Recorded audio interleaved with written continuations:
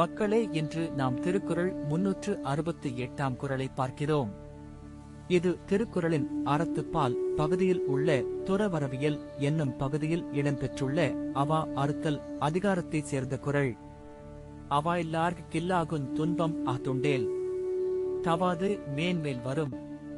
இந்த குறள் சொல்ல வருவது என்னவென்றால், ஆசை இல்லாதவர்களுக்கு துன்பம் இருக்காது. ஆனால் ஆசை இருந்தால் அந்த துன்பம் தொடர்ந்து மேலும் மேலும் பெருகிக் கொண்டே இருக்கும். ஏனெனில் ஆசை என்பது முடிவில்லாத விருப்பங்களை உருவாக்கும். ஒரு ஆசை நிறைவேறினாலும் அதற்கு பதிலாக புதிய ஆசை தோன்றும். அதனால் மனம் எப்போதும் அமைதியின்றி இருக்கும். சிலர் இன்னும் கொஞ்சம் பணம், இன்னும் கொஞ்சம் புகழ், இன்னும் கொஞ்சம் வசதி வேண்டும் என்று நினைப்பார்கள். ஆனால் அந்த ஆசைகளுக்கு முடிவே இருக்காது. திருவள்ளுவர் இந்த குறளில் ஆசைக்கும் துன்பத்திற்கும் உள்ள தொடர்பை மிக தெளிவாக எடுத்துக் கூறுகிறார்.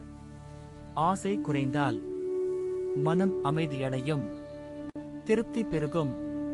ஆனால் ஆசை அதிகரித்தால் கவலையும் ஏமாற்றமும் அதிகரிக்கும்.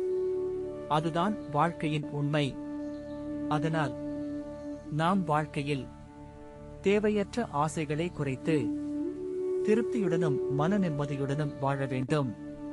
இதைத்தான் இந்த குறள் மிக அழகாகச் சொல்லுகிறது.